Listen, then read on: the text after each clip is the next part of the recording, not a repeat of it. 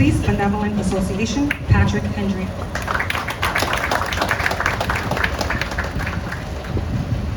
Good afternoon. Today is a special day, honoring a true hero who walked through those doors, who patrolled these streets, and did what the people of this city ask us to do: patrol and protect the people of this community. All line of duty deaths are a big hit on all of us, on every single police officer. But 6 years ago, when our hero officer was assassinated for wearing a uniform, it was a big hit, especially on me, having started my career in the 4-6 precinct right here, patrolling the same streets, standing in the same muster room, standing in the same roll call. But what I saw 6 years ago was our active police officers, our retired police officers, the community coming together to support this family. And what I see 6 years later is I see our retired police officers that are here, our active police officers, and the community coming together to support this family. And we will continue doing that year after year. But the stories that I heard 6 years ago was the type of police officer that she was. She was a police officer that wanted to help people. She was a police officer that wanted to make a difference. And there's no doubt about it. She made a difference. She made a difference and an impact in the lives of the police officers that she worked with, as we see here today. She made a difference and an impact in the community that is here today, and she made an impact and a difference in this city. And New York City is a better place because of the hard work and sacrifice of our hero officer. I not only have had the great honor of being the treasurer and now the president of this great organization, but I've also had the great honor of being the chair of the PBA Widows and Children's Fund. And I want to recognize some of our line of duty families that are here today. We have Kathy and Gilbert Lee. If you could please stand just to be recognized.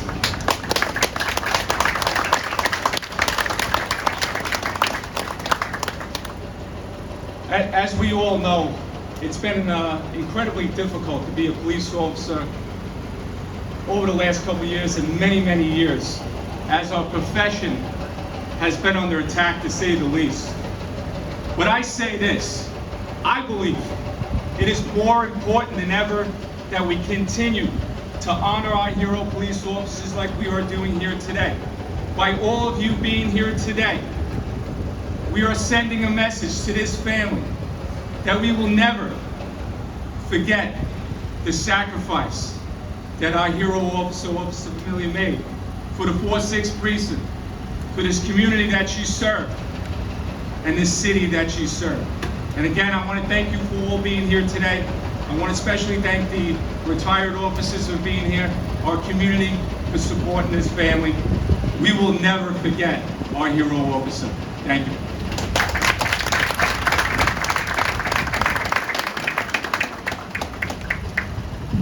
Thank you, Patrick. It is now my pleasure and my honor to introduce the daughter of Detective Familia, Genesis.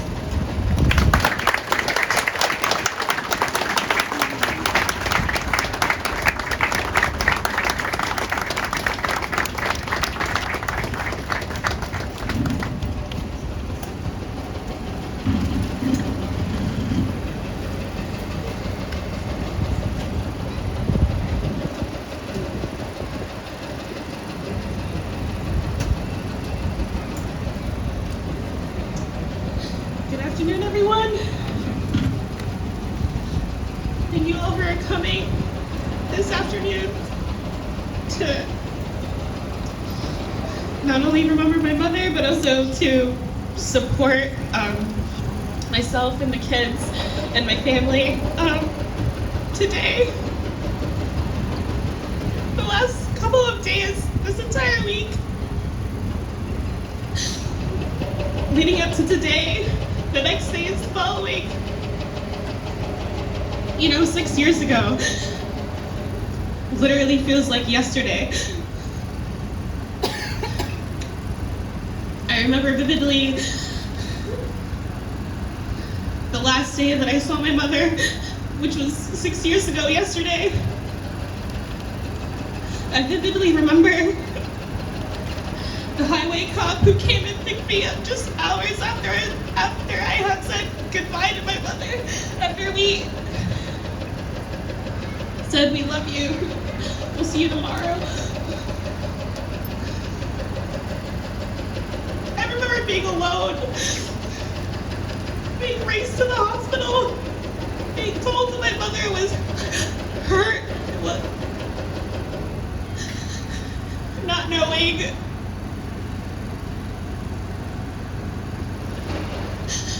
not knowing what to expect when I got there, not knowing the nightmare that would ensue.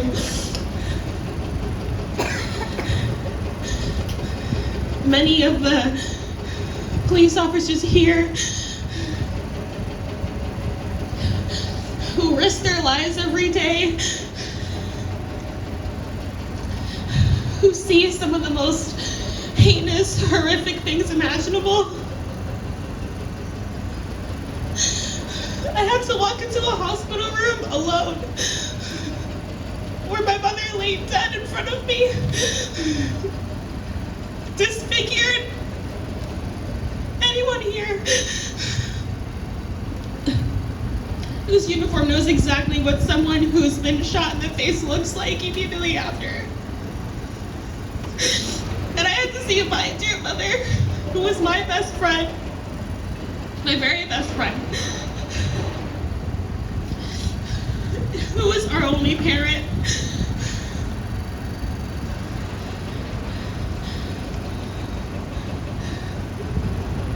Dead in front of me. I had to break that news to Peter and Delilah, who were only 12 years old at the time, who had no idea what was happening.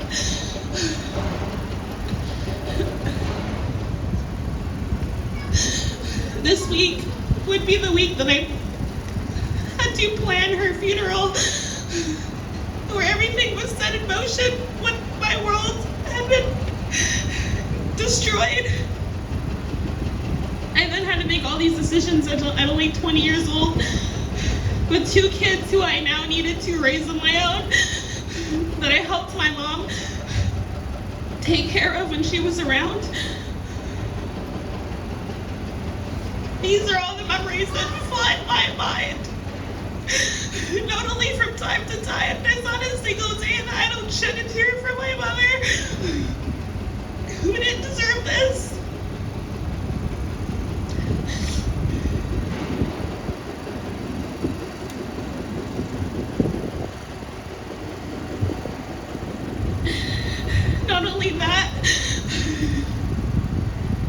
Not only has my mother's death been the most traumatic thing I've ever had to endure in my entire life, a part of me died that day.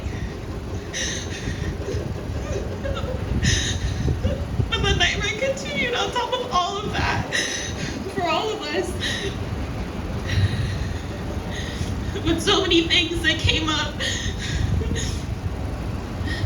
legally, with everything, with things that prevented me from being able to take care of the kids the way that I needed to. My mom is the only woman to have ever been assassinated in this way for her uniform ever in the history of this state, in the history of this department. A single mother who was killed for a uniform she wore proudly. My mom told us all of the time how excited she was to come here. And this was her calling. My mom told me this was her calling. She was put on this earth to be a cop, to protect the community.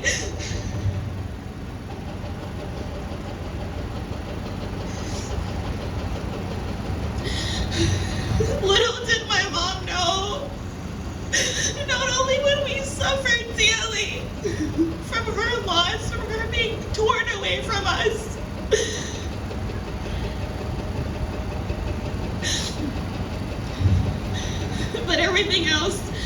came up that was revealed through her death.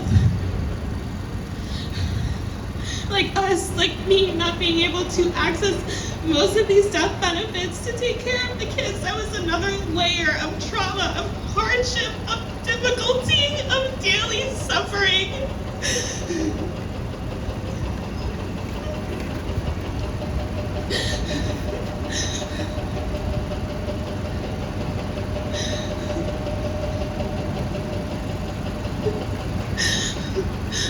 My mom was such a gift to the people that knew her.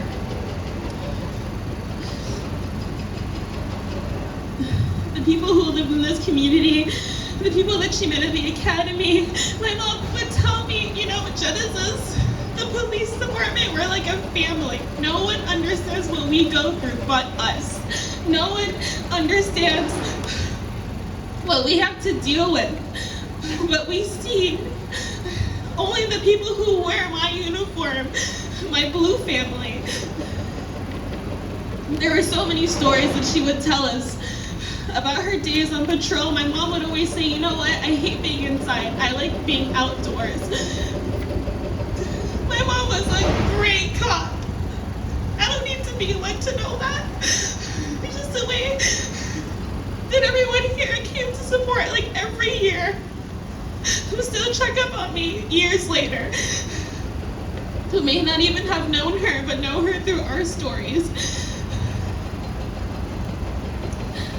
I know she'd be very appreciative for the people that have looked out for her kids.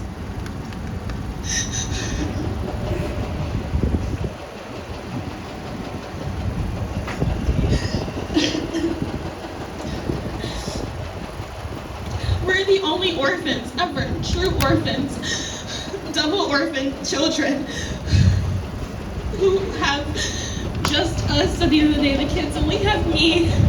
And I hope that soon the nightmare of being able to take care of them the way that I need to can come to an end. Although I couldn't be here today, I'm very grateful to Assemblyman Dinowitz and Senator Rivera, who've shown unwavering support of me and the kids.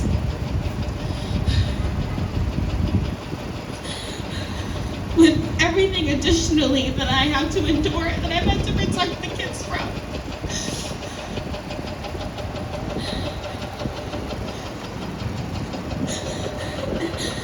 And I'm so happy, well, not happy, I'm so glad that even 6 years later, people still care and understand the sacrifice, the brutality, how heinous and horrible,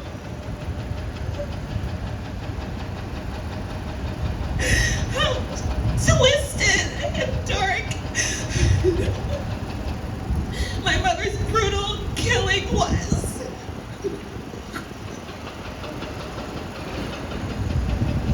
Thank you to all of you who sympathized with me, who supported me, and